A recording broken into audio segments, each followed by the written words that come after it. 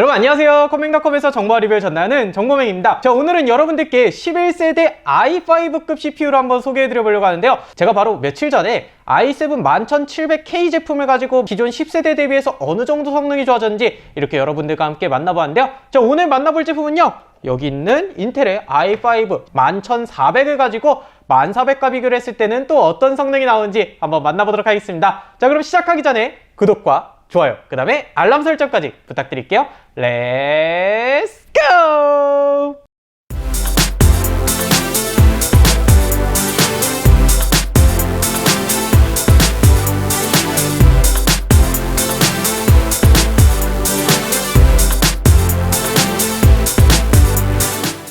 자, 오늘 여러분들과 만나볼 제품은요, 인텔의 i5 11세대죠 11400 제품을 가지고 나오게 됐습니다. 가장 인기 있는 제품이 11400, 요 i5 라인업인 것 같아요. 이번에 나오는 로켓레이크라는 코드명은 기존에도 말씀드렸다시피 i3급 이하로는 로켓레이크로 나오진 않고요. i5 11400, 요 제품이 가장 엔트리급 모델이라고 볼 수가 있습니다. 자, i5 11400, 기존의 i5 1400과 비교를 했을 때는요, 1400과 동일하게 6코어 12스레드를 갖추고 있고 TDP도 65W로 동일한 제품인 걸 알 수가 있습니다. 기본 클럭은 2.9GHz에서 4.3GHz를 보여주던 1400 대비해서 11400 같은 경우에는 2.6GHz에서 4.4GHz 클럭을 보여주면서 조금 클럭은 낮아진 걸 볼 수가 있고요. 터보 클럭 같은 경우에 0.1GHz 클럭 올라간 부분을 볼 수가 있습니다. 금액 같은 경우는 225,000원 정도의 지금 가격 비교 사이트에서 나타나고 있고, 내장 그래픽 같은 경우도 600대 시리즈가 아니라 UHD 730으로 업그레이드 된 걸 볼 수가 있습니다. 자, 이렇게 기본적인 재원은 동일하나 PCI 4.0을 지원하는 부분, USB 3.2 Gen2 2배속의 20GBps 속도를 지원한다는 부분, 그 다음에 썬더볼트를 지원한다는 부분과 PC4 25600, 3200MHz를 기본 메모리로 이제 지원을 한다는 걸 차이점으로 볼 수가 있습니다.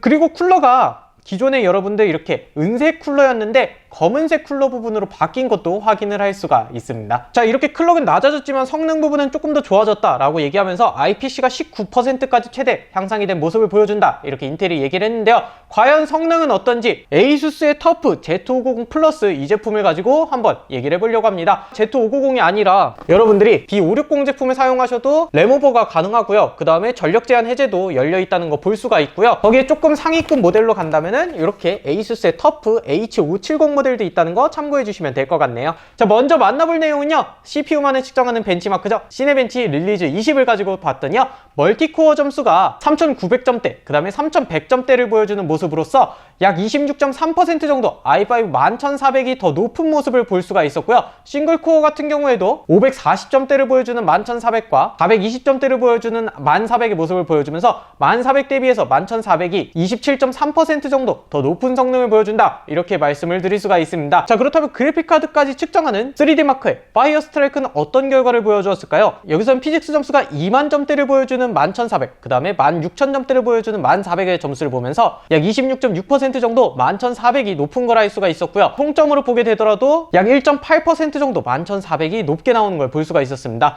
그렇다면 다이렉트 12 기반 타임스파이는 어떤 결과를 보여줬냐면요, 약 22.6% i5 11400이 높은 모습을 보여줬고요. 총점을 보더라도 4.8% 11400이 높은 모습을 보여주는 걸 알 수가 있었습니다. 자, 그렇다면 게임이죠. 과연 이 성능의 벤치마크 결과가 게임에도 그대로 적용될지 한번 만나보도록 하겠습니다. 먼저 만나볼 게임은요, 국민게임이라 불릴 수 있는 배틀그라운드입니다. 올 울트라 옵션에 스케일을 120으로 설정을 했는데요, 11400의 평균 프레임이 168프레임을 보여줬고 1400의 평균 프레임이 144프레임을 보여준 걸 알 수가 있었습니다. 약 16% 정도 더 11400이 높은 걸 볼 수가 있었는데요, 1% 로우 프레임을 보게 되면 11400이 114프레임, 그 다음에 1400이 94프레임을 보여주면서 21% 정도 프레임 방어가 더 잘 된다, 이렇게 볼 수가 있었습니다. 하지만 이 쿨러 자체가 블랙 색상으로 조금 더 발열을 잘 빼내게 변경된 거 대비해서는 발열 차이가 꽤 나는 모습을 볼 수가 있었습니다. 자, 캐주얼 게임 오버워치로 넘어가서 보게 되더라도요, 11400의 평균 프레임이 191에서 193프레임을 보여줬고요,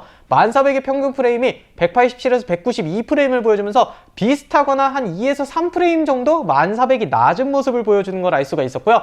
여기에 조금 더 고사양 게임, 콜 오브 듀티 워존으로 넘어가서 거의 풀옵션을 했을 때 보게 되면요, 11400의 평균 프레임이 129에서 133프레임, 1400의 평균 프레임이 107에서 111프레임으로 약 22프레임이나 차이 나는 걸 볼 수가 있었습니다. 11400이 여기서는 1400 대비해서 19.8%나 더 높은 모습을 보여주는 걸 알 수가 있었고요. 1% 로우 프레임을 보게 되면요, 11400이 76프레임, 1400이 73프레임을 보여주면서 약 3프레임 정도, 3에서 4% 정도 11400이 더 높았다고 말씀드릴 수가 있을 것 같네요. 자, 그렇다면은 다음에 만나볼 게임은요, 사이버펑크 2077로 넘어갔을 때 프레임은 어떤지 보도록 하겠습니다. 자, 여기서도 거의 올 울트라 옵션의 수준을 놓고 진행했더니 평균 프레임은 61프레임을 보여주는 11400, 그 다음에 1400이 56프레임을 보여주면서 8.9% 정도 11400이 높은 프레임을 보여줬고요. 1% 로우 프레임은 32프레임을 보여주는 11400, 28프레임을 보여주는 1400 프레임을 보여주면서 10.7% 정도 11400이 더 높았다, 이렇게 말씀드릴 수가 있을 것 같습니다. 자, 여기에 다이렉트 12 기반으로 벤치마크로 유명한 애쉬 조드와 싱귤러리티로 진행했을 때는요, CPU 기준으로는 약 36% 정도 11400이 높은 점수를 보여줬고요. GPU 기준으로 봤을 때는 20% 정도 11400이 또 높은 점수를 보여주는 걸 알 수가 있었습니다. 전력 소모는 어땠을까 여러분들 궁금하실 것 같아서 이 상태에서 11400의 전력 소모는 410W를 보여주는 걸 알 수가 있었고, 1400 같은 경우에는 360W의 수준을 보여주면서 약 50W 정도 전력 소모가 11400이 더 높은 걸 볼 수가 있었습니다. TDP 자체는 동일하다고는 하지만 PL1과 PL2 이런 부분을 따졌을 때는 조금 더 11400이 높은 성능을 보여주는 만큼 전력 소모도 많았고 발열도 많았다, 이렇게 봐주시면 될 것 같고요. 기본 쿨러로도 일단 i5급까지는 되긴 하는데 발열이 높은 만큼 저는 그래도 2~3만원짜리 이런 사제 쿨러 장착을 추천드리는 바입니다. 자, 오늘 이렇게 인텔 컴퍼니 에이수스 터프 게이밍 Z590 플러스 이 제품을 가지고 한번 i5 11400과 1400은 어땠는지 성능을 알아보았는데요. 자, 어제 만나본 11700K와 1700K의 비교를 보았을 때는 CPU적인 성능은 16% 정도 낮지만 실질적으로 사용해서는 6에서 10% 정도 게임 실사에서 보여주는 걸 알 수가 있었기 때문에 조금 기대를 안 했던 부분이긴 하거든요. 그런데 1400과 11400 같은 경우에는 의외로 좀 높은 이런 성능 차이를 보여주면서 11400이 괜찮다, 이런 부분도 느낄 수가 있었고요. 이제는 AMD 뿐만 아니라 인텔도 램오버가 가능하기 때문에 여러분들이 CPU 쿨러를 조금 더 투자해서 장착하면서 B560 보드로 해도 충분히 이 사양을 커버할 수 있다, 이렇게 봐주시면 될 것 같네요. 1400 대비해서 11400이 성능은 더 좋아졌지만 발열적인 이슈가 있다는 거, 이 부분은 아쉬운 부분으로 남기면서 오늘 영상 마치도록 하겠습니다. 자, 오늘 진행한 내용에서 잘못된 내용이 있다면요, 아래 리플로 남겨주시고요. 또 다음 영상에 대해서 제안하고 내용이 있다면요, 아래 리플로 남겨주시면 감사하겠습니다. 마지막으로 구독과 좋아요 부탁드리면서 저는 또 다음번에 여러분들께 좋은 영상, 또 다른 CPU로 한번 만나보도록 하겠습니다. 여러분 안녕! 안녕. 기존의 i5 1400과 비교를 했을 때는요, 기존의 i5 제가 바로 며칠 전에 1400 같은 경우는 11분 29초. 자, 여기서는 11400이